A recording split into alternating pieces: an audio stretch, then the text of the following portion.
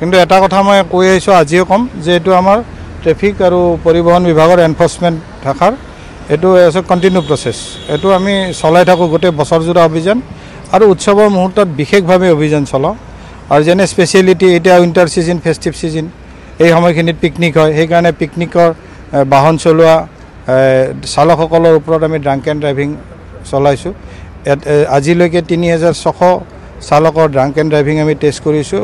Positive response, কোনো positivity পোৱা নাই, মানে ভাল ৰেছপন্স পাইছোঁ।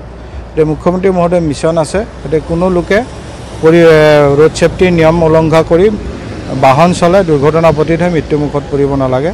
গতিকে পথ সুৰক্ষাৰ সকলো নিয়ম যাতে এনচিয়ৰ হয়, ট্ৰেন্সপৰ্ট ডিপাৰ্টমেণ্ট, পুলিচ প্ৰশাসন, ডিষ্ট্ৰিক্ট প্ৰশাসনে আমি দিনে ৰাতি কাম কৰিছোঁ চৰকাৰী এজেঞ্চি হিচাপে। আপোনালোকৰ জৰিয়তে পাব্লিচিটি হৈছে আৰু এৱাৰনেছ আমাৰ এৱাৰনেছ লিফলেট মাইকিং চলি আছে বিভিন্ন অঞ্চলত। আৰু ৰাইজৰ সচেষ্ট এতিয়া দুৰ্ঘটনাই যে এক ভয়ংকৰ ৰূপ লয়, একোটা দুৰ্ঘটনাত একোখন ঘৰ সংসাৰ ধূলিসাৎ হৈ যায়, ৰাইজেও জানে।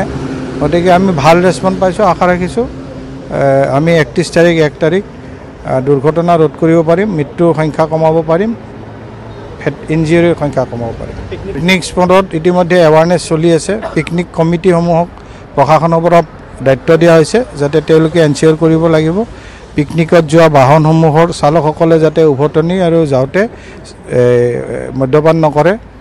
বাহনসমূহৰ চালকসকলে দেই মনত ৰাখিব, বাহনসমূহৰ চালকসকলেই কিন্তু মদ্যপান কৰি বাহন চলোৱাতে বিধিগতভাৱে দণ্ডনীয়, অন্য কোনো কথা নাই। আৰু তাৰোপৰি আমি চৰকাৰী এজেঞ্চি হিচাপে ট্ৰেফিক আৰু পুলিচ আমি আছোঁৱেই। আৰু আমি ইতিমধ্যে তেনেকুৱা বাহন যোৱা লাষ্ট 13 ডিচেম্বৰৰ পৰা 3600 আজিৰ ডেটলৈকে, আজিয়ে 605খন আমি ৰেকৰ্ড কৰিছোঁ আৰু সকলোৰে ড্ৰাংক এণ্ড ড্ৰাইভিং চেক কৰিছোঁ। আমি ভাল ৰিজাল্ট পাইছোঁ, নিগেটিভ প্ৰায় গোটেইখিনিয়ে নিগেটিভ, পজিটিভ নাই। আশা ৰাখিছোঁ আমি সকলোৰে আপোনালোকে যি পাব্লিচিটি, গতিকে ৰাইজৰ সহযোগ আমি অভাৰকাম কৰিব পাৰিম।